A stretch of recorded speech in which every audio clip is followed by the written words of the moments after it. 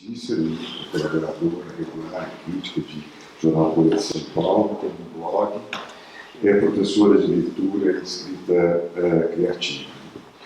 É autora de, entre outros, de Todas as Coisas Pequenas, o primeiro livro em 2005, depois vieram Quando Nada Está Acontecendo, em 2011, e em 2012, os Caminhos Especiais, A Verdadeira História do Alfabeto e O que os Cegos Estão Sonhando. E agora, Iris, a Orquídea, em 2015, né? Além de ter ensaios e colaborações com outros artistas, com espaços e coisas de literatura, e a gente já tinha mesmo trabalhado junto no projeto lá com a Infoteca, que foi muito legal, de uma crônica que ela produziu, né, para o artista Nuno Ramos. Né? E ela ganhou o prêmio de Brasília de Literatura de 2014, pelo livro A Verdadeira História do Alfabeto. Então, vamos dar as boas-vindas a Ana Jade.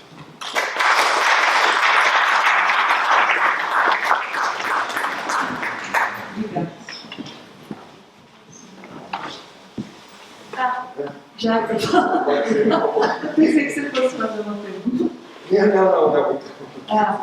Eu estava esperando você. Boa noite, gente. Muito obrigada por terem vindo nesse frio. Espero que, como o Ivo falou, eu consiga esquentar um pouco o coração de vocês.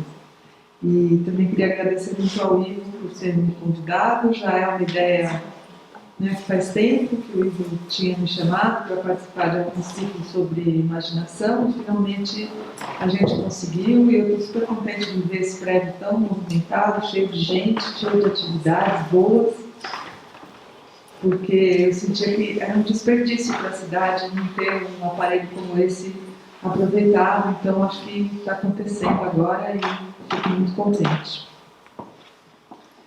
Bom, então vou falar sobre algumas coisas que eu tenho pensado, sobre a relação entre imaginação e literatura. Depois que eu falar por algum tempo, vocês vão poder fazer perguntas, tá? Então, se vocês tiverem alguma observação, vocês anotem, lembrem para depois perguntar, que a gente vai ter um tempo só para isso. Bom, eu fiz um levantamento sobre algumas definições do que é a imaginação em várias áreas diferentes do conhecimento. Então, eu vou falar sobre algumas delas para a gente ficar com uma imagem, falando de imaginação, uma imagem do que seja a imaginação, para depois eu tentar discorrer sobre a imaginação relacionada mais especificamente à literatura. Tá? Então, definições. Imaginação é a faculdade de formar imagens, tá? Então a palavra imaginação, embora a gente esqueça, ela está estreitamente ligada às imagens, né? Faculdade de formar imagens, reproduzindo o que foi percebido ou registrado mentalmente. Tá? Então a imaginação é diferente da percepção, né? Porque a percepção são aquelas coisas que os nossos sentidos percebem no real, mas transformam em imagens. Essa imaginação do que foi percebido ou registrado tem o nome de imaginação reprodutora, porque ela parte daquilo que foi percebido pelos sentidos, no real. Então é como se fosse um registro, uma memória imaginária do que foi percebido, do que foi retido pelos sentidos. Mas também e isso é importante para nós, a faculdade de combinar imagens provenientes da experiência num novo conjunto.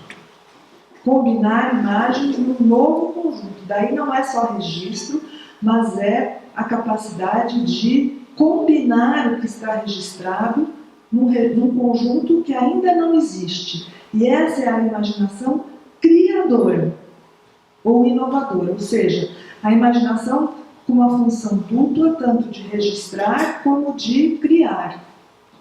né, de inovar. E eu diria que, então, o artista é aquele que imagina o que não existe. Logo eu vou falar um pouco mais sobre isso. Na filosofia, o que é a imaginação? É uma faculdade intermediária entre a percepção sensível, sensível aqui no sentido de relacionado aos sentidos, tá? Não é a sensibilidade, mas aos sentidos. Então, faculdade intermediária entre a percepção sensível do individual concreto e a abstração das ideias universais. Tá? Então, aqui tem várias coisas importantes. Primeiro, essa posição intermediária da imaginação. Vocês vão ver que em várias definições ela se encontra num lugar intermediário. E aqui, entre o quê? Entre a percepção sensível, que era aquilo que eu tinha acabado de falar na outra definição, mas sensível do individual concreto. Então, cada coisa que eu percebo individualmente, concretamente, então, o sabor da cebola, o cheiro de um perfume, o toque da calça do Ivo, o toque da mão do Ivo, são coisas que eu percebo individual e concretamente, né? Isso se transforma em uma imagem no meu cérebro e a abstração das ideias universais. Né? Então, eu formei uma imagem do gosto da cebola e a imaginação vai se localizar entre essa imagem do gosto da cebola e a ideia do que é o ácido ou o amargo, tá? Que é uma ideia universal muito mais geral e abrangente do que o gosto da cebola. Então a imaginação fica nesse interregno entre o concreto individual e o abstrato universal. Na psicologia, papel intermediário, de novo, intermediário entre a atividade intelectual subordinada ao raciocínio lógico e ao princípio de realidade e o pensamento autista que depende da afetividade. Tá? Então, para a psicologia, a imaginação se localiza entre a razão e o afeto, mas também entre. Né? A atividade imaginativa implica uma transformação dos hábitos do pensamento e dos modelos formais de raciocínio para revelar-se consciente ou inconscientemente, ora no domínio da originalidade e da capacidade criadora, ora no do sonho e do delírio. Então, é como se a capacidade criadora fosse uma manipulação produtiva dessa mesma capacidade imaginadora que o sonho e o delírio produzem. Só que não conscientemente, não deliberadamente. Não para uma finalidade, como no caso da arte. E agora uma coisa sensacional que eu descobri enquanto eu fazia pesquisa para levantar várias definições de imaginação, foi que eu descobri que na biologia, sabe como se chama a transformação da lagarta em borboleta? Alguém sabe? É inacreditável. Chama-se processo imaginativo. Tá? Bom, eu já podia ir embora, né? Tchau, foi ótimo essa palestra. É uma revelação. Eu fiquei assim, estupefada quando eu descobri, eu fiquei parada. A lagarta ela foi poder, transformação. Uma coisa bonita. A transformação de um ser em outro ser, de uma coisa em outra coisa, totalmente diferente dessa coisa anterior, chama-se processo imaginativo. Isso é um termo biológico. E os discos da lagarta, que contêm a borboleta em estado de latência, chamam-se discos imaginais. Tá? Então é como se o imaginador, ou aqui no caso, praticante da imaginação criadora, que é o artista, extraísse da lagarta a latência do borboleta, né? É como se o artista fosse o operador dos processos imaginativos fora do campo da biologia. É uma linda imagem. Né? Uma linda imagem. Já vi que o mundo fosse esses círculos imaginais. Isso. Daí seria, nossa. Não, é demais, né? Ele enxerga no real os discos imaginais e extrai do real as borboletas. A próxima palestra é com justamente a Lígia Pereira, que é uma citologista. Então, pronto. Bom, então essas são algumas definições que eu pesquisei em vários campos do conhecimento, mas eu queria que vocês vissem como existem relações de semelhança entre as definições de todas essas áreas, para agora a gente começar a falar um pouco mais sobre a imaginação criadora, a imaginação na arte. Tem uma coisa que me incomoda bastante,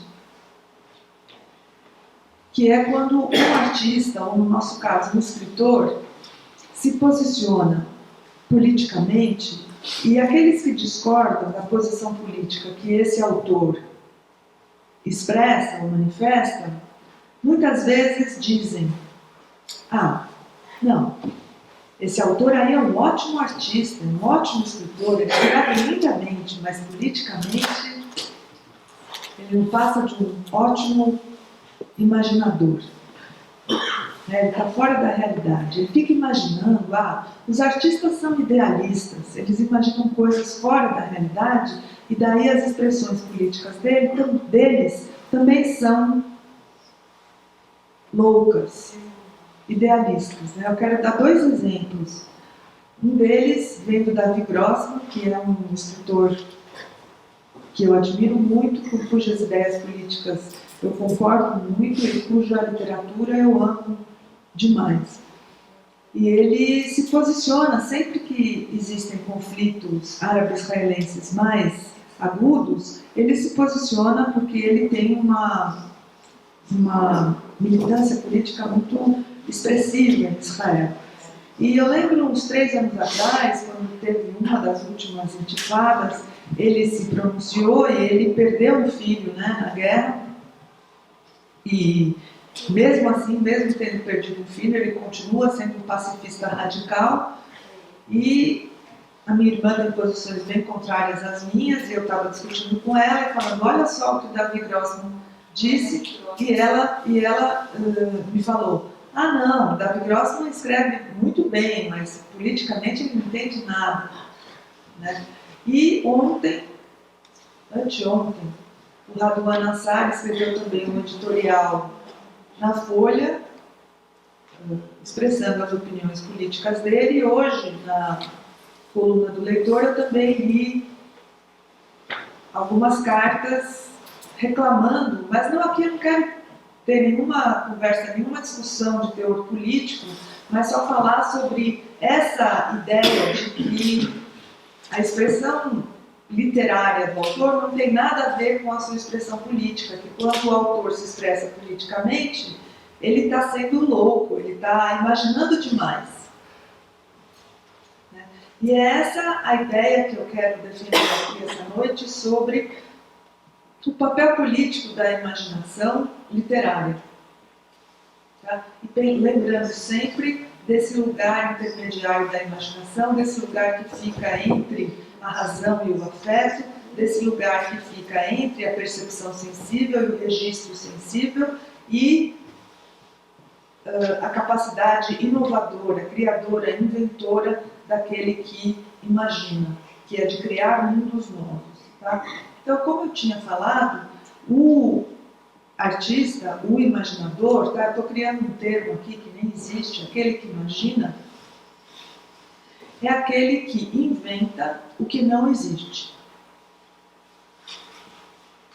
Ele cria combinações novas a partir de coisas que existem sobre coisas que ainda não existem. Então, o escritor é aquele que pergunta: e se as coisas não fossem assim? Ou e se as coisas fossem assim? E se as coisas não tivessem sido assim? Ou e se as coisas tivessem sido assim? E se as coisas forem assim? Ou e se as coisas não forem assim? E a partir dessas perguntas, que são também as perguntas da ciência, quem aqui trabalha com ciência vai reconhecer, né, essas mesmas perguntas, mas depois eu vou falar sobre a diferença entre a pergunta imaginativa da ciência e a pergunta imaginativa da literatura. Embora elas sejam as mesmas, elas partem de lugares diferentes. Então, quando ele se faz essa pergunta, ele imagina mundos novos, mundos possíveis, né, na tentativa de responder a essas perguntas. E quando ele se manifesta politicamente, é essa mesma pergunta que o está mobilizando, tá? E a possibilidade do real que ele propõe para a política não é menos imaginativa, nem menos real, por ela dizer respeito à realidade e não à literatura, e não à arte. Né? É o artista, é o escritor que, quando propõe saídas imaginárias para a política, possibilita caminhos novos para a política, e não caminhos falsos, ou caminhos idealistas, ou caminhos loucos. Ou melhor, talvez sejam esses caminhos loucos que estão faltando para o real. Né? Então, no lugar de desqualificar o artista como um mero, né, imaginador criativo, cujas invenções devem ser relegadas à arte, né, essa coisa inútil, né, e deixa a política para os políticos, as pessoas deveriam aprender a incorporar essas possibilidades inventivas que os artistas propõem para a realidade como caminhos novos, como caminhos criadores. Né? São eles que sim devem se manifestar politicamente. Mas eu vou falar mais sobre isso, aliás, o foco da minha fala está justamente aí. Vamos deixar isso um pouco de lado, que daqui a pouco eu volto, tá? Queria falar agora um pouco sobre imaginação e desejo, que eu acho que são duas coisas que também estão muito relacionadas uma à outra, para depois voltar a isso, o principal foco da minha fala. Desejo vem da raiz desiderare, desiderare.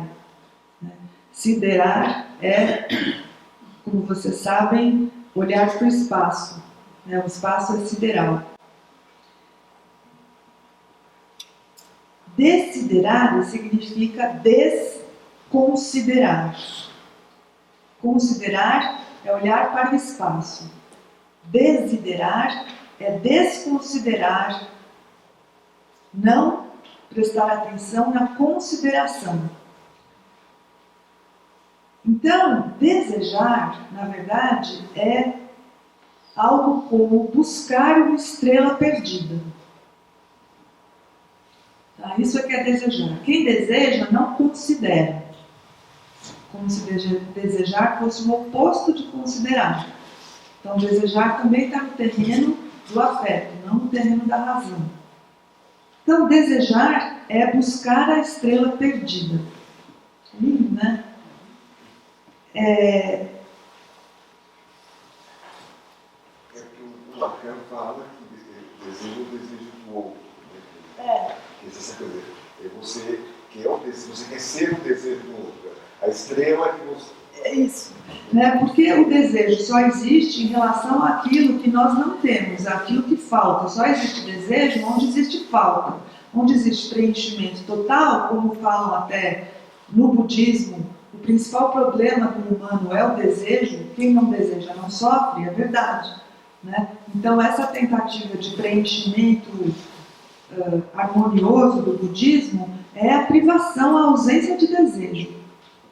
É isso que os budistas buscam, a ausência de desejo, a ausência dessa estrela perdida. Mas, como nós ainda não atingimos esse patamar, então Então a gente continua desejando, continua buscando a estrela perdida, e eu quero dizer também que o artista que imagina é aquele para quem falta, porque só faz a pergunta como seria, o que seria, como não seria, aquele a quem falta alguma coisa, aquele que não se conforma em não ter encontrado a estrela perdida. E não é à toa que aqui a imagem, se a gente está falando de imaginação, é a da estrela, não a de um poço ou a de um buraco, mas a de uma estrela. É algo que está, algo muito belo, inalcançável, inconcebível em termos de magnitude, em termos de distância, em termos de tempo, né?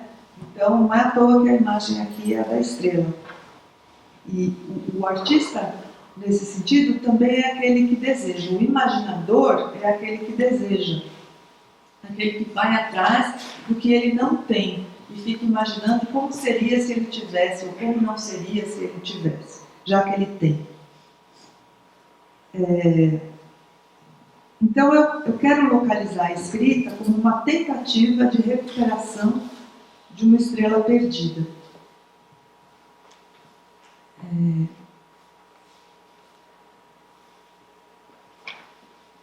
E quando eu falo em imaginação do real, eu penso não somente naquele imaginário, naquele artista, naquele escritor que produz uma realidade possível, né, como muitos dos que a gente conhece, sei lá, Memórias Póstumas de Brás Cubas. Então, embora o Brás Cubas não tenha existido, ele poderia existir, né? Então, esse é um personagem verossímil, um romance verossímil, em que tudo poderia acontecer.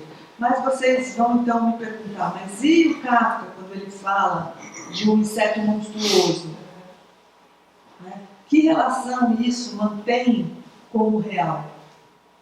Né? O que é que eu faço com esse real em que eu embarco quando eu leio a Metamorfose? Que significado isso pode ter para o meu real, enquanto produção criadora, enquanto produção inovadora, né? É a ideia do absurdo. O artista também é esse que cria a imaginação absurda, que faz combinações de imagens a partir do que ele reteve, de coisas inverossímeis, né? De coisas que não poderiam existir. Né?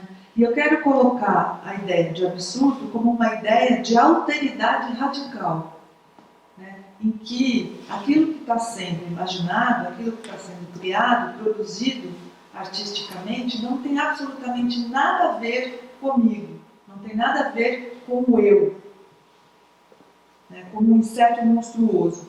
Então, quero pensar na literatura como uma saída de si, uma saída radical de si, e a produção do absurdo como um distanciamento total do eu em relação a si mesmo, né? Para poder, a partir do distanciamento, né, que é a imaginação criadora, sair de si para poder ver-se a si mesmo e aquilo que o centramento em si o impede de ver. Né? Porque como a gente, no real, vive, não é tolhido a palavra que eu quero dizer, constrangido, limitado, né? Dentro dos limites do eu, a gente dificilmente consegue sair de dentro de si e se ver a partir de um outro ponto de vista, que é o que a literatura consegue fazer, principalmente quando ela propõe o absurdo, né? Que só a imaginação pode criar. Agora, falando sobre aquilo que eu tinha dito, da diferença entre a ciência e a arte, né? Porque a ciência, ela vai da natureza e do real para a imaginação. Então, ela imagina. Deixa eu pensar. Como é que a água poderia produzir luz? Alguém fez essa pergunta, né? Para depois poder criar uma usina hidrelétrica, para a gente poder extrair energia da água. algum maluco lá fez essa pergunta, uma pergunta que eu nunca saberia fazer. O Alcino faria essa pergunta, né? O engenheiro aqui, são essas perguntas que os engenheiros fazem. Agora eu vi que tem gente acendendo lâmpada com batata. Então, extrair energia da batata. São essas perguntas que os cientistas fazem, né? É imaginação. Isso. São pessoas que não se conformam com a batata ser uma batata. Uma batata servir para comer. Apenas para isso. Apenas para isso. Elas não aceitam isso, né? Então, o imaginador é um inconformado. Ele está sempre buscando a estrela perdida. Eu acho que os cientistas também estão buscando a estrela perdida, mas sempre para melhorar a humanidade, para melhorar o bem-estar comum ou para ganhar mais dinheiro, seja lá por que for. Por que é assim que os cientistas, os engenheiros fazem essas perguntas? Coitado do Alcino. Né, sempre com alguma razão. E o artista, ele faz o caminho contrário. Né? Ele imagina, ele não parte da realidade, ele imagina. Nossa, um homem pode se transformar num inseto monstruoso. Aí vou escrever um livro sobre isso. Aí a gente lê e pensa, putz, eu sou um inseto monstruoso. Né? Então é o caminho oposto que o artista faz. Ele vai da linguagem ou da imaginação para o real. E é aí que a coisa pega, que a porca torce o rabo, porque as pessoas ficam perguntando, para que serve isso? Né? Para que serve? Não tem essa serventia de melhorar o bem-estar humano, nem para ganhar dinheiro, muito menos. Né? E é aí que fica esse escanteamento da arte, porque ela não tem essa serventia. Agora, durante as Olimpíadas, eu também fiquei pensando nisso, já pensando que eu tinha que preparar essa fala aqui, que o Ivo tinha me convidado, eu ficava vendo aquelas pessoas jogando vôlei, principalmente vôlei, que eu achei, já gostava, né, mas durante essas Olimpíadas eu assisti muitas partidas e vi como um esporte espetacular, né, um esporte muito, muito bonito mesmo. A dança que as pessoas fazem durante o jogo. E eu fiquei pensando, para que serve o vôlei? Para que serve? Para que serve qualquer esporte? Né? E como o vôlei, qualquer esporte, também é a imaginação, né? Porque é alguém, é um grupo de pessoas que se viu ali, sei lá, sem fazer nada, e falou, vamos jogar bola, daí, então vamos por 6 pessoas, daí a gente joga, mas se queimar a rede, perde ponto. Ficaram lá inventando um monte de regras, é tudo imaginação, inútil também. Imaginação. É tipo literatura, vôlei. É super arbitrário, igual assim, daquelas, vamos dar uma pirueta que dá 70 voltas no ar e depois tem que cair, na hora de cair não pode fazer assim. Por que não pode?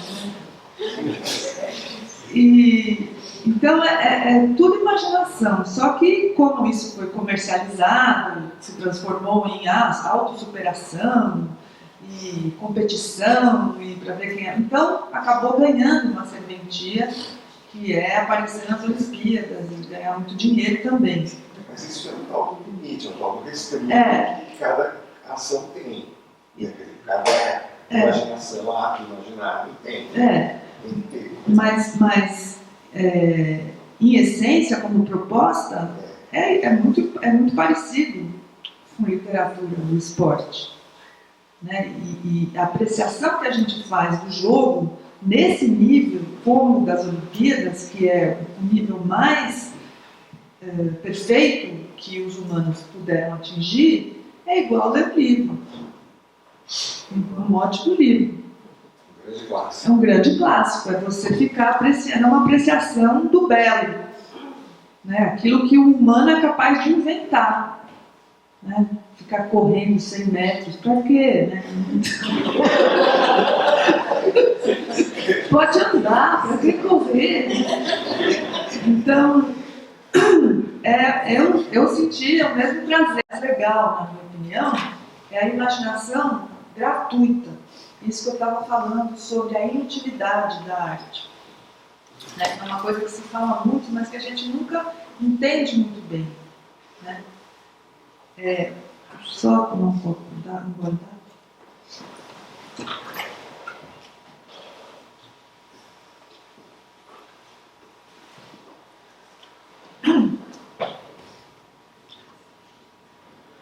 A imaginação é gratuita, né? Ela parte do inconformismo, da não aceitação das coisas como elas são.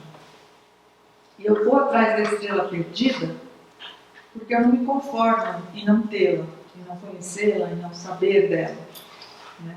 E não por alguma razão, porque depois que eu possuir ou conhecer a estrela perdida, eu vou vender essa estrela perdida nas lojas da 25 ou da Oscar Freire. Né? Não, só porque eu quero essa estrela perdida. Não tenho razão para isso, é o meu desejo. E esse desejo é sempre naquele terreno intermediário, né? Desconsidera, não tem uma consideração de utilidade em relação àquilo. E o que é a gratuidade? Né? Vamos pensar na palavra graça. Graça, ela tem vários significados. Graça é aquilo que sobrevém sobre nós, sem mediação, sem necessidade e pelo nosso bem, aquilo que se recebe da transcendência, né? Algo que se recebe, isso é a graça. Então vocês pensem na palavra graças a Deus, na expressão graças a Deus, eu recebi essa graça. Né? Ou qual é a sua graça? Alguém ainda fala isso? É tão bonito, né? Qual é a sua graça? Antigamente, quando eu era pequena, perguntavam isso. O jeito polido, O que nome você recebeu? O que nome você recebeu de Deus, né? Com que nome você foi agraciado? Aí vocês têm também a graça da graciosidade. Nossa, essa pessoa é tão cheia de graça, né? Ela tem uma delicadeza, ela tem movimentos muito harmoniosos, no sentido de que a pessoa tem um jeito leve, né, de estar no mundo, é a graça. Tem também a graça do humor. Né? Nossa, tão engraçado. Em Portugal, vocês sabem que engraçado não é o nosso engraçado, né? Engraçado lá é legal. Eles usam para legal, mas aqui tem humor. E o humor, para nós, também é uma coisa totalmente gratuita, né? Por que a gente ri? Isso daí é uma teoria imensa. Existem tratados filosóficos sobre o porquê de nós rirmos. Totalmente também inútil rir. Tão bom, né? Fazer coisas inúteis. Então,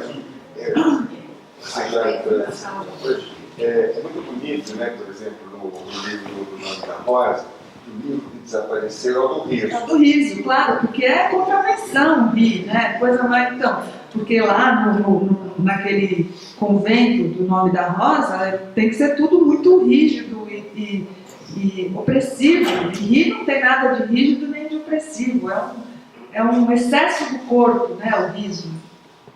Um descontrole do corpo. E de graça, finalmente, tem o dar sem querer receber nada em troca, né? Que é uma limitação do português, porque a gente fala obrigado, né? Ou seja, você me deu alguma coisa e eu sou obrigado a retribuir em nome daquilo que eu recebi. E em espanhol vocês têm graças, ou seja, eu estou liberado, me deu, está ótimo, agora vai. Tem nada. Tem nada. É liberado. Não, você fala graças e o outro fala, não é nada, tá bom, tá? Não te devo nada, você também não me deve nada, eu te dei, tá dado. né? É de graça, que nem a palestra hoje aqui, de graça. Né? Vocês não me devem nada, eu estou dando para vocês, vocês não me devem nada. Então, tudo isso está relacionado à ideia de graça. E a imaginação é gratuita, né? Ela não busca nada em troca. A literatura é gratuita, a arte é gratuita, né? Ela é aquilo que é dado sem esperar nada em troca, simplesmente pela necessidade de expressão, né? Em busca dessa estrela perdida, pela necessidade de transformar uma lagarta em borboleta, né? de transformar esses discos imaginais, e pelo fato de ela ser gratuita, ela é livre. Tá? Só é livre porque é gratuito. Não serve a nada, não tem serventia, né? Não tem um dono. E o que é gratuito, o que é livre, é capaz de proporcionar essa identificação com o outro sem necessidade. Então é a tolerância mais aberta, né? A tolerância mais radical que alguém pode viver é viver a dor do outro sem, com isso, buscar alguma retribuição. Né? Porque você nem escolhe viver a dor do Gregor Samsa. Você está lá lendo e está gostando. Você está vivendo a dor dele. A próxima vez que você encontrar um funcionário público carimbando ali, você vai se compadecer dele. Você vai falar, putz, esse cara está capaz que ele esteja se transformando num inseto monstruoso e é capaz que eu também esteja. Né? O que eu faço? Como é que eu compreendo? Será que vale a pena eu estourar com esse cara aí que está me cobrando mais um documento, mais uma certidão, mais um... Né? Será que não somos todos vítimas do mesmo mal? A tendência é essa, né? que a gente, vivendo a dor do outro, consiga ampliar internamente a nossa possibilidade de compreensão do que é diferente de nós, por causa desse processo representativo, por causa desse processo identificatório que é operado pela imaginação, né? Por esses mundos que não existem, né? Em que a gente entra e se engaja gratuitamente nessa relação com o outro. Então é isso que eu estou chamando de uma relação política. Tem uma cena no Tolstói, no Guerra e Paz, em que um condenado à morte, ele está caminhando na direção do pelotão de fuzilamento e ele está com uma venda nos olhos. E quando ele está andando, indo lá na direção do pelotão, ele sente que a venda está apertada e ele afrouxa o nó. Isso é uma coisa que um teórico da literatura, o James Woods, nos Estados Unidos, se pergunta, né? Por que, indo para a morte, você se preocupa em afrouxar o nó que está te apertando os olhos? Você vai morrer, né? Para que se importar com esse conforto da venda? Não tem um porquê. Né? Isso é que é a vida. Isso é a vida agindo nesse homem que está sendo condenado à morte. Né? E é quando isso que eu estou falando de concretude da literatura, porque o Tolstói não está dizendo, como é condenável que um homem seja executado. Não, ele está falando isso. E isso é nesse momento que você sente a oposição entre a vida e a morte. É o aspecto mais humano. Mais humano. Mais humano. É o mais banal. Eu sempre fico pensando numa pessoa que decide se matar, né? E aí ela vira um pote de remédios no copo e toma. Aí depois ela se preocupa em fechar o pote e enroscar, fechar bem a rosca. Né? Fico pensando sempre que isso é uma cena literária muito, muito boa. Né? Por que ela teria essa preocupação se ela vai morrer? Mas é muito verossímil que ela tenha essa preocupação. Ou se a rosca não fechar direitinho, que ela ainda dê mais uma volta para fechar direitinho. Isso é que é humano, isso é que é literário. Né? E é aí que você sente o que é humano no homem.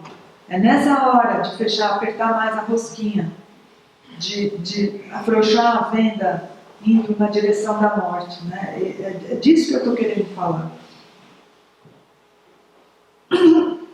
Então, não sei quanto tempo passou, mas eu escolhi alguns trechos para ler para vocês, para exemplificar justamente isso que eu estou chamando de concretude da literatura, de capacidade de viver a vida do outro, de viver a paixão do outro, de viver o patos do outro, né, com um serviço sem serventia que a literatura proporciona para nós. Estamos bem? Então, eu vou ler alguns trechos para vocês.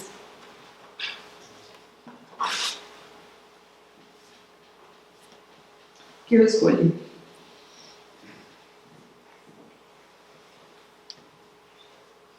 Mas antes eu queria falar uma outra coisa aqui que eu estou vendo que eu não falei. Que eu estou vendo que eu não falei, só para não ficar sem falar. Obrigada. Eu queria falar sobre o clichê, sobre o kitsch. Aí a literatura de autoajuda, os best-sellers, que no lugar de essa literatura ser a criação do novo, a criação do absurdo, do inverossímil, ou da imaginação criadora, que é aquela que eu falei no começo, né, e de criar a possibilidade de internalização do outro, o que ela faz é a reprodução do mesmo. A reprodução do mesmo. É isso que o Kitsch faz. Ele é a repetição e a repetição da repetição da repetição. Isso é o clichê. Né? É a imaginação, quando ela se desgasta e ela vira banalização e ela perde o caráter de invenção.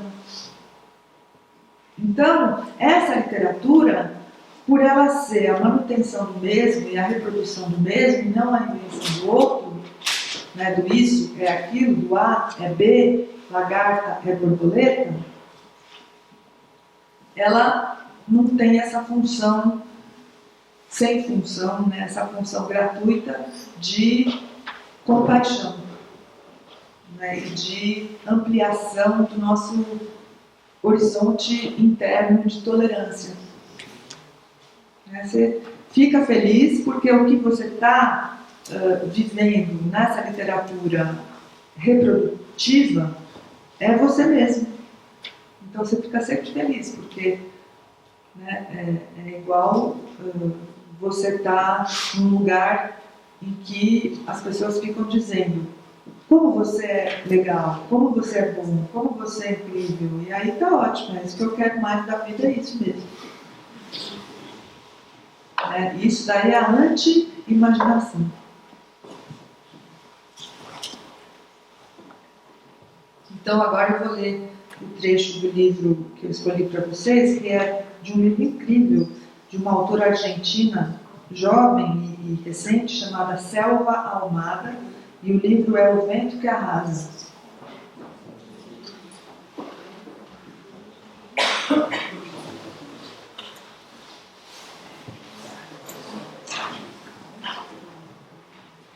Agora, na hora que caiu, eu perdi a conta.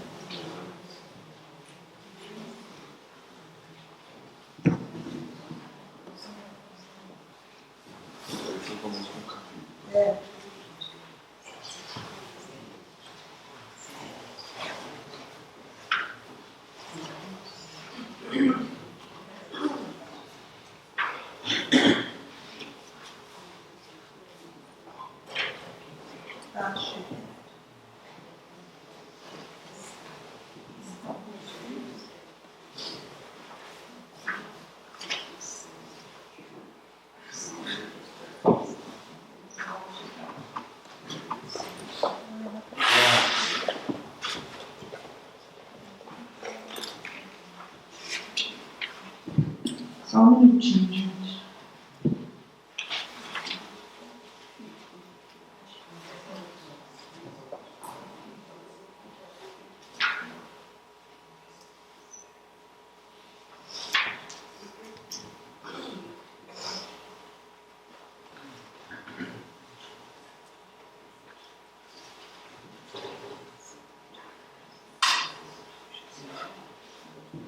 É aquelas coisas que quando eu sair daqui eu vou achando.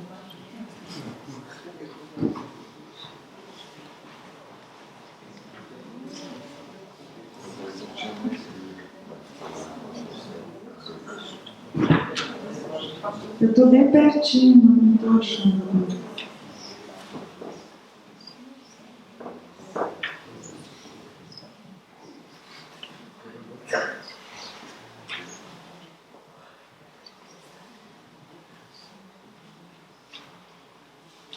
Ah, achei. Então é assim, são 4 pessoas que estão paradas no posto de gasolina, num desses desertos que tem na Argentina. Como é que chama mesmo?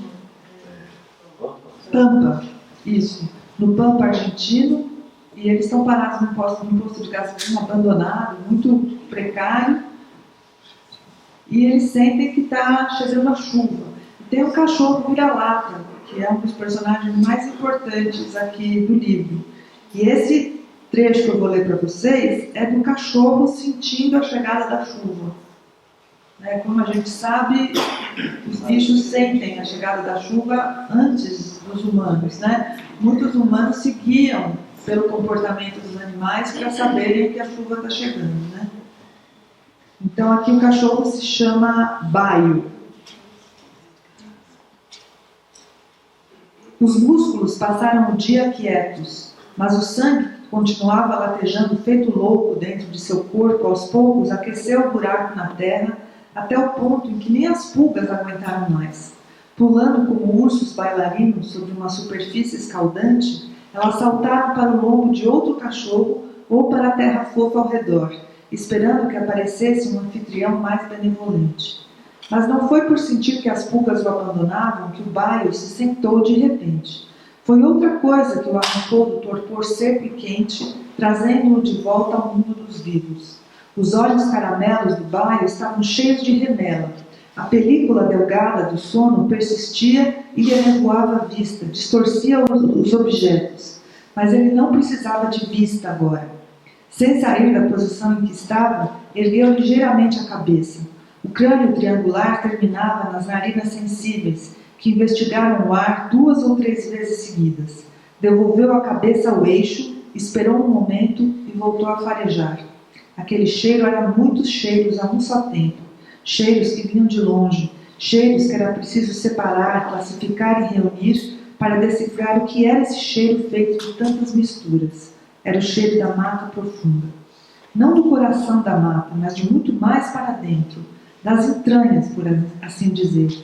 O cheiro da umidade do chão mais abaixo dos excrementos dos animais, do microcosmo que palpita abaixo do esterco, sementinhas, insetos diminutos, escorpiões azuis, donos e senhores daquele pedaço de terra sob a sombra. O cheiro das penas que ficam nos ninhos e vão apodrecendo com as chuvas e o abandono, junto com os galinhos e folhas e peles de animais usados em sua construção. O cheiro da madeira de uma árvore atingida por um raio, incinerada até a medula, usurpada por vermes e formigas que cavam túneis e pelos pica-paus que esburacam a casca morta até comer tudo que encontrarem vivo. O cheiro dos mamíferos maiores, dos ursos que vêm atrás do mel, das raposinhas, dos gatos do pampa, cheiro de cio, de ninhada, de ossada.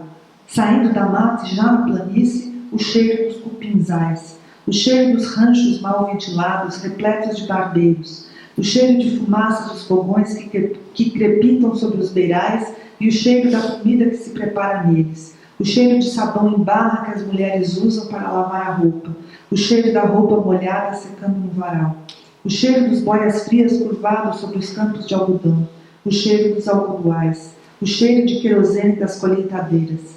E mais para cá, o cheiro do lugarejo mais próximo, do lixão a 1 quilômetro do lugar, do cemitério incrustado na periferia, das águas negras dos bairros sem rede de esgoto, o cheiro das fossas. E o cheiro dos pés de maracujá que se obstinam em subir pelos postes e alambrados, que preenche o ar com o cheiro doce da fruta, do mel babento que atrai as moscas. O bairro sacudiu a cabeça, pesada de tantos cheiros que reconhecia. Puxou o focinho com uma pata, como se limpasse o nariz, como se o desintoxicasse. Aquele cheiro era todos os cheiros, era o cheiro do temporal que se aproximava. Mesmo que o céu continuasse impecável, sem uma única nuvem azul como num cartão postal. O bairro voltou a erguer a cabeça, entreabriu a bocarra e soltou um uivo longuíssimo. O temporal vinha chegando. Espetacular, né? Um negócio de...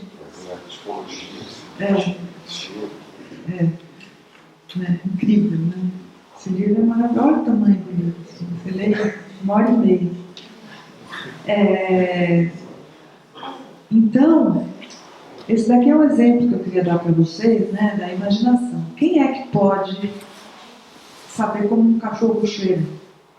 Ninguém é capaz de saber como um cachorro cheira. Mas aqui, talvez a gente tenha se aproximado da forma como um cachorro cheira e sentir o que um cachorro sente, mesmo com o céu azul, né, sem nuvem nenhuma, ele sente os cheiros que a gente não consegue sentir, e aí ele vai sentindo o cheiro do temporal chegando e ele solta um uivo, né? Agora, quem consegue, depois de ler isso, ver um cachorro do mesmo jeito? Né? Porque, por uma vez, nós estivemos o máximo que o humano pode chegar na pele de um cachorro. Nós fomos o cachorro. Lembrando, um cachorro, a imaginação da gente é do brasileiro. Ah, sim, a baleia. Né? Nossa, tem centenas de cachorros na literatura. Claro, né? Nós já fomos vários cachorros, se nós lemos, né, sobre todos eles. Mas aqui nós conseguimos ter o faro de um cachorro. Né? Sentir o que está ali é fantástico, né? Embaixo da terra. Quero ler um outro trecho para vocês agora do André Santana, que todo mundo conhece, é um escritor incrível, jovem também, brasileiro, desse livro, O Brasil é Bom. Então, são contos esse livro, né? E esse conto que eu vou ler aqui um trecho para vocês é comentário na rede sobre tudo o que está acontecendo por aí. A culpa é toda dos direitos humanos, que vem aqui se meter no Brasil e não cuida dos problemas deles mesmos, desses países que se acham. Porque lá todo mundo faz o que quer, faz terrorismo, fuma drogas, anda pelado com seios de fora e até faz sexo com homens do mesmo sexo.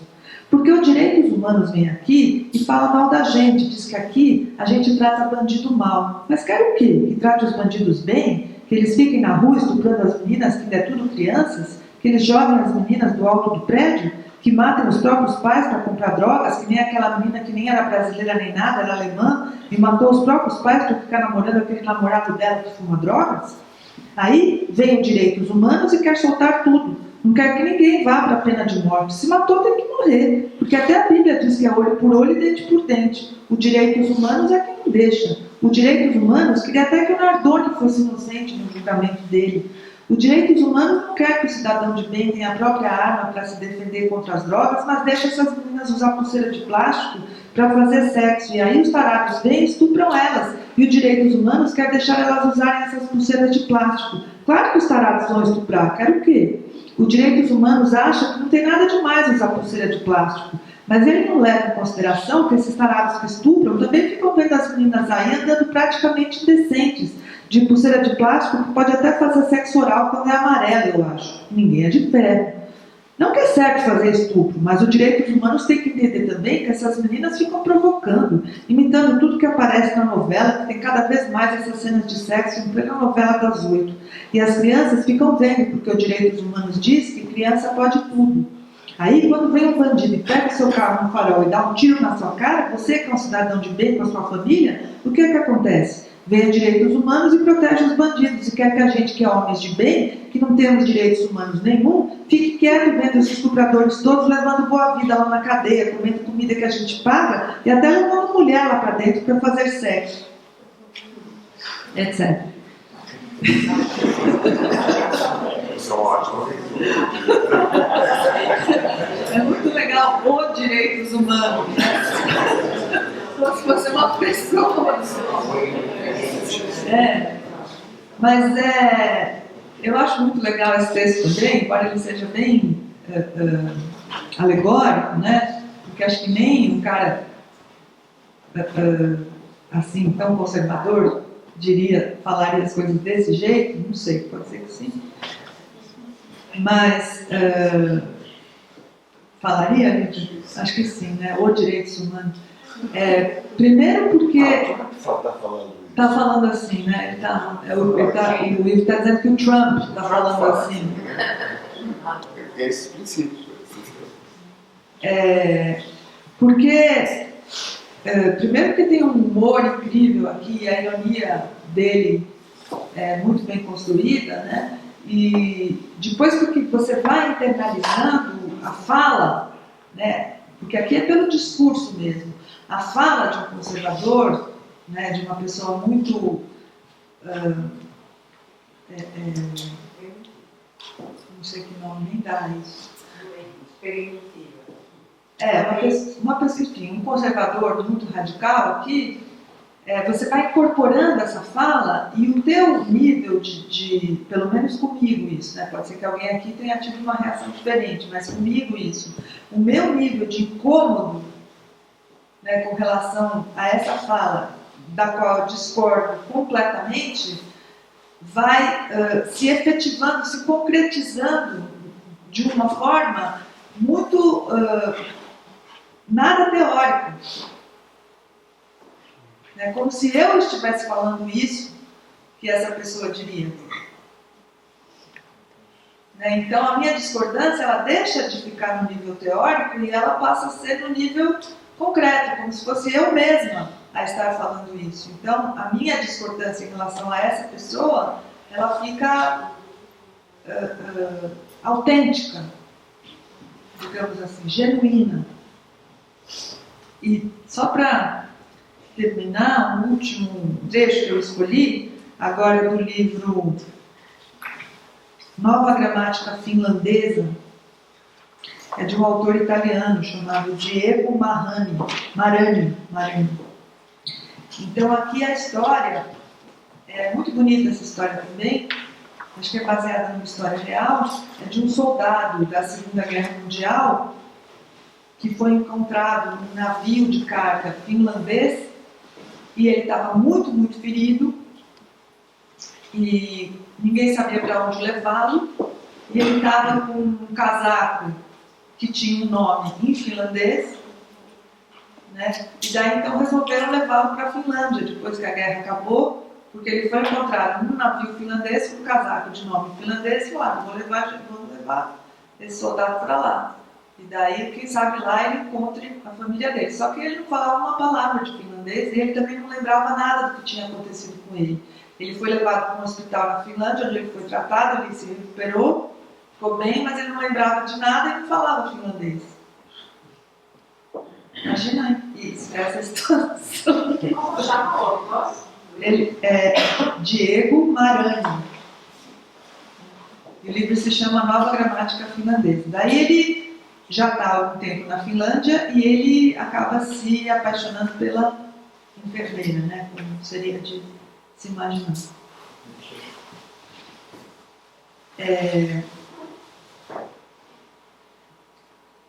Me espere lá fora, ela me disse empurrando a cadeira. Pelo vidro gelado da janela, a vi chegar à mesa das colegas onde sua silhueta se confundiu com as outras. Na Rua Silenciosa, o frio pungente me disse... De qualquer forma da arte, né? Quer dizer, você falou da arte, da literatura como abstrato, para mim, abstrato é música, entendeu? Sabe, porque não tem uma materialidade, tem a pauta, né? Mas eu também não sei ler a pauta. Né? Agora, tem uma questão, né? Quer dizer, assim, e nesse jogo, que essa coisa que eu acho que essa coisa acho que a gente chegou a falar, foi aqui, nós falamos pela vez passada, que, por exemplo, assim, cobram, né, essa utilidade da arte, né, mas ninguém pede para os matemáticos serem populares. Exatamente. Exatamente. Né? E a gente sabe que a gente não poderia viver sem eles, tendo toda certeza, não é no mundo que vivemos. Mas eles não têm que ser popular. Por que nós temos que ser popular? Uma coisa, eu acho que isso é uma questão. A outra coisa também, tem uma coisa que eu acho que entra nesse julgamento que exclui, né, que faz da arte, embora hoje a gente viva a arte viva de modo geral, todas elas, um grande momento assim, de pujança econômica, de muito, né, os museus, o cinema, a indústria, o teatro, enfim, tem uma coisa, a vida cultural, né, que tornou-se uma parte significativa da economia, né? Tem essa ideia de ficção, né, de que qualquer narrativa é uma ficção. Né?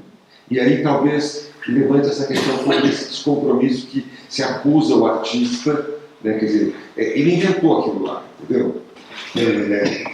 Né? E a gente se projeta, a gente tem esse lado assim, de reconhecer que a arte tem um papel catártico, né? No momento em que eu sou o Brás Cubas, né? No momento que eu sou, eu posso até identificar situações semelhantes na minha vida com a do Brás Cubas. Entendeu? E o Brás Cubas é o que eu quero. Né? Mais do que está escrito, é o que eu quero. Essa coisa que faz com que, por exemplo, esse limite seja muito difícil de aceitar que aquela pessoa que fez aquela ficção também, não, ela tem uma opinião sobre a realidade. Né? Quer dizer, ela tem, o artista, né? Quer dizer, na verdade é esse, talvez, a cidadania do artista. Né? Não sei, se é só uma... acho que é isso mesmo. Como pelo outro, pela invenção, ele expressa o papel político dele mesmo, né? Só que não é com nenhuma militância teórica. Ele não é determinado ideologicamente. Exatamente. É uma ideologia colocada imaginariamente.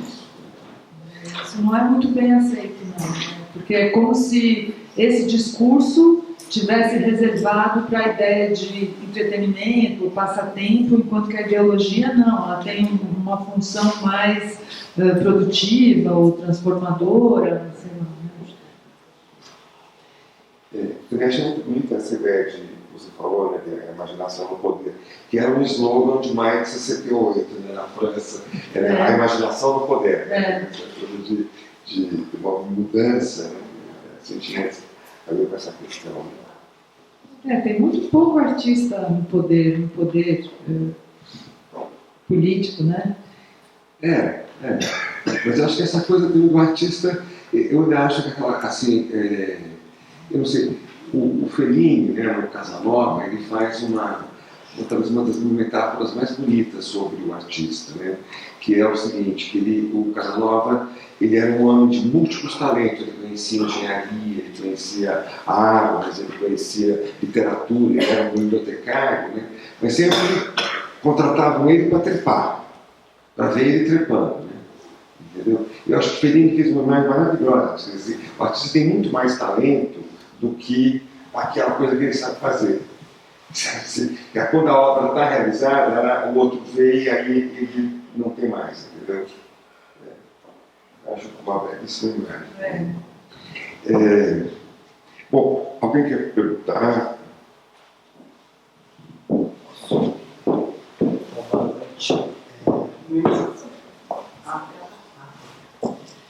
No final da sua fala, você começou a citar a literatura de entretenimento, os best-sellers, e as obras de arte e a literatura, elas não deixam de ser políticas quando elas estão desprovidas de reflexão, veja por esse lado.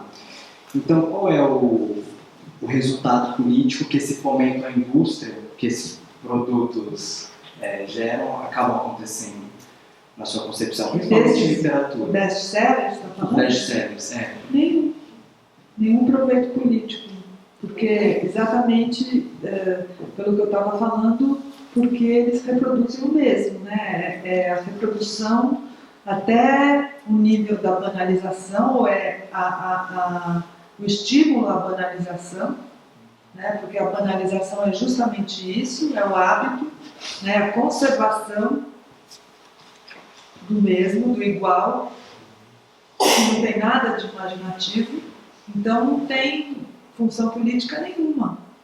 apesar de ser na forma, né? Porque eu penso Não, na forma também não, porque na linguagem não tem nenhuma invenção. É uma linguagem não inventiva, uma linguagem de reprodução.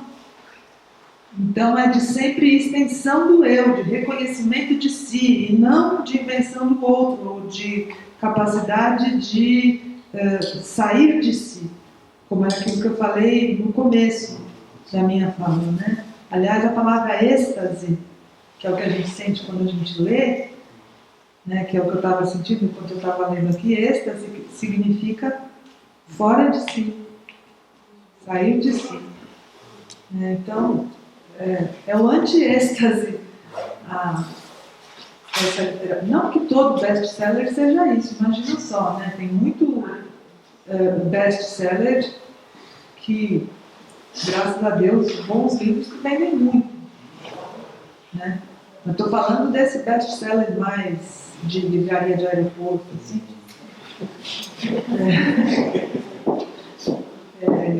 Acho que não tem função política nenhuma.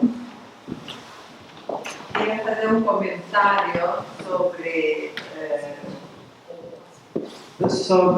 uma observação que você fez, que a literatura não é sobre as grandes ideias, senão sobre pequenos fatos da vida cotidiana. E me fez lembrar que Amos Oz falou que ele escreve que quando ele era jovem, ele pensou que para ele escrever, ele teria que conhecer o mundo, ir para Paris, para grandes capitais, ver o que era a vida. E depois ele aprendeu que bastava de sentar na esquina da casa, no bar da esquina, e observar os seres humanos. E a partir daí era suficiente o seu pequeno entorno para conhecer a humanidade inteira. É isso mesmo. Bem lembrado. Eu queria fazer uma pergunta. Tem um daqueles cursos que fala isso, né? Não sei se é o Tolstói que fala, quer ser universal, fala do seu povo. Da sua vila. Quanto mais regional, mais universal. Noemi, você falou no comecinho que você acha que a pergunta do cientista parte do real e que a pergunta do artista não. É isso mesmo? Por exemplo, o exemplo que você deu da luz, né? Que alguém pensaria, como é que a gente vai tirar a luz ou a eletricidade de água, né? Que é uma pergunta do cientista. Então, eu não concordo com você e queria até lembrar agora um artista que, falando das batatas, o Vitor Grippo, que é um argentino que vai estar na próxima Bienal aqui, um dos trabalhos mais conhecidos dele é com as batatas. Você conhece? Ele produz eletricidade com batata. Exato, ele faz. Primeiro ele começa com uma prateleira de 66 mais ou menos, ele faz uma estante cheia de batatas, é uma coisa mais estética ainda, como se fosse uma estante de livros, cada uma tem uma batata grande nela, e todas elas estão conectadas com fio de cobre e ligadas a um sensor, como é que é mesmo quando o nome daquilo que detecta quanto de eletricidade tem ali? Esqueci, um sensor de... Perdi a palavra agora, mas fica ligado mostrando até as batatas apodrecerem, o quanto de energia tem ali. Depois ele vai fazendo outras instalações enormes, com mesas gigantes, com pilhas de batata, sempre conectadas e mostrando. E eu não concordo, não. Eu acho que o artista também parte do real. As perguntas do artista partem do real também. Mas talvez o desvio seja feito depois. Sabe? Pode ser. E também, eu diria aí que é o caso de um artista cientista ou de um cientista artista, né? Porque ele está usando esse conhecimento científico que ele tem do real em nome de alguma coisa que dificilmente vá servir, né, para transformação em algum produto, em alguma coisa que possa ser reutilizada pela indústria ou pela tecnologia, que vai ficar em nome daquilo mesmo. Isso. Né? Porque sem função. É isso, porque enquanto a ciência usa a imaginação como um meio em nome de um fim, o artista usa a imaginação como um meio em nome de si mesmo. Né? O fim é o próprio meio. Então, existem muitos casos assim, né, de artistas cientistas ou de cientistas artistas. Tem esses objetos cinéticos. Mas não estou nem só falando disso, estou falando de qualquer artista, sabe? Você pensa no trabalho do mundo mesmo. Sim. Quanto que é uma coisa de estudar, de alquimias, de misturas que são da ciência também, né? Sim. Então, acho que as perguntas partem do real também. Mas daí o desvio acontece depois, porque a resposta à pergunta não vai ter uma função. Não vai ter que gerar eletricidade. Mas pode gerar também e não ter função nenhuma para a eletricidade. E a ciência pode até se valer, ou a tecnologia pode se valer do trabalho de um artista para com isso criar algum objeto, mas isso daí já vai deixar de ser artístico, né? O que for feito depois disso, sim, né? O produto que for feito. Mas eu acho que esse exemplo da arte cinética é perfeito para diferenciar a arte da ciência. Porque você fica observando a beleza do movimento, a combinação, do equilíbrio, enquanto que não é assim na ciência, você está procurando. Claro, você não fica observando a beleza. Você pode passar um tempo observando a beleza da bactéria e tal, mas eu acho que tem uma diferença de ciência, né? O conhecimento, por exemplo. O meu irmão é físico, astrofísico. Né?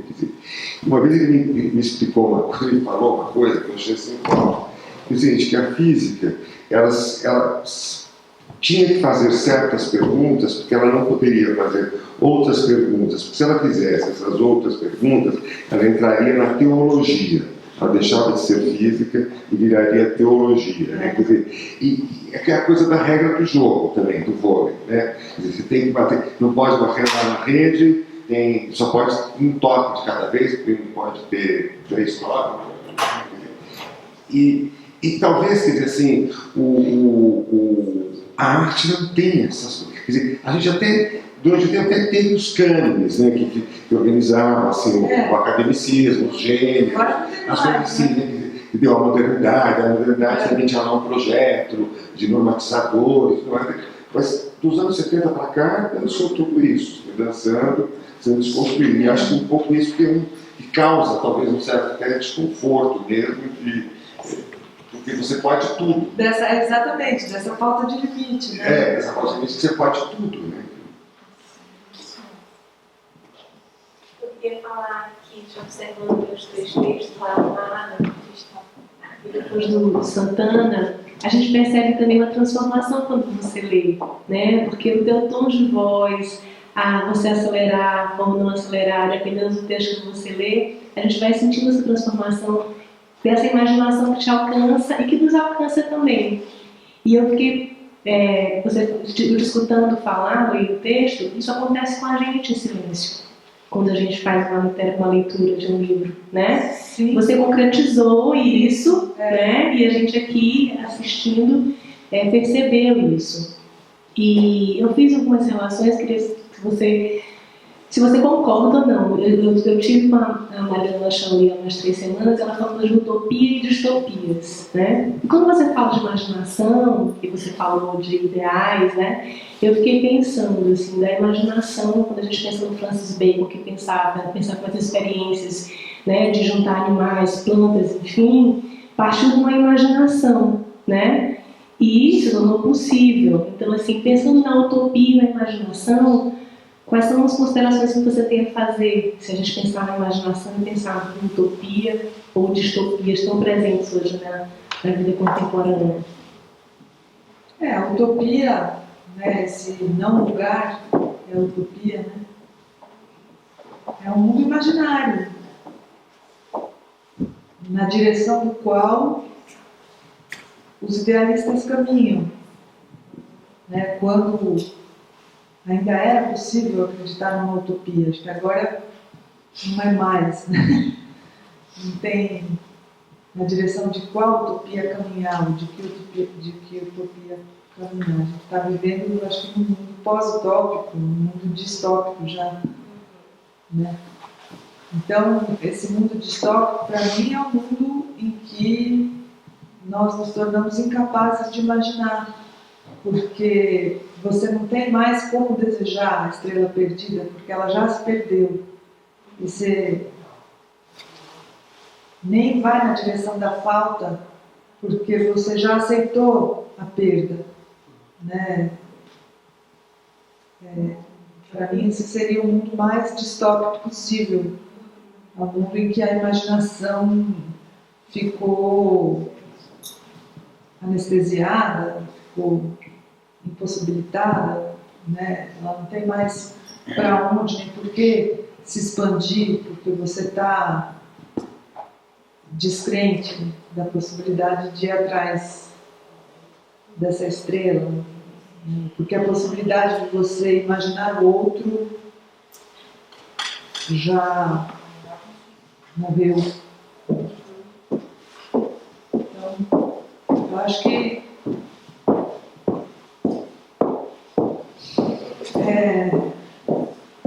a coisa está feia.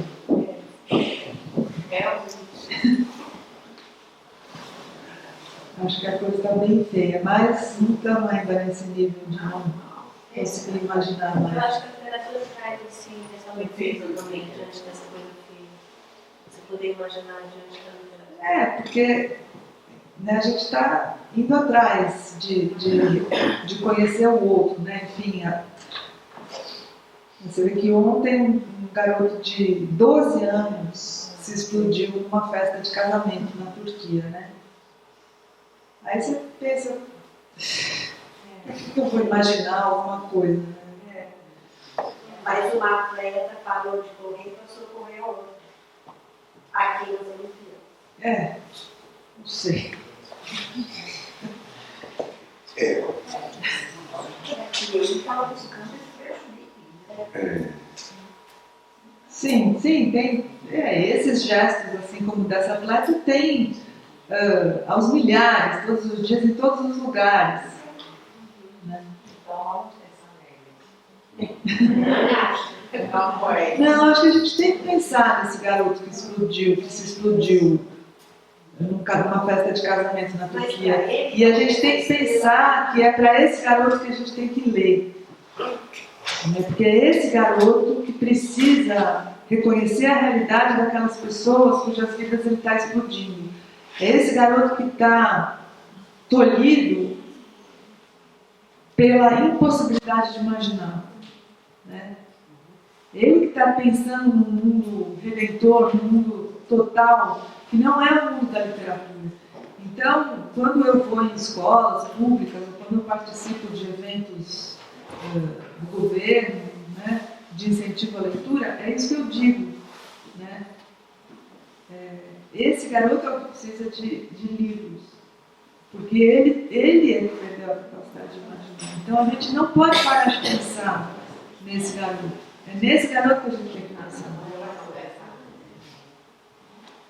Eu estive numa outra palestra sua, você falou sobre fanatismo. Sim.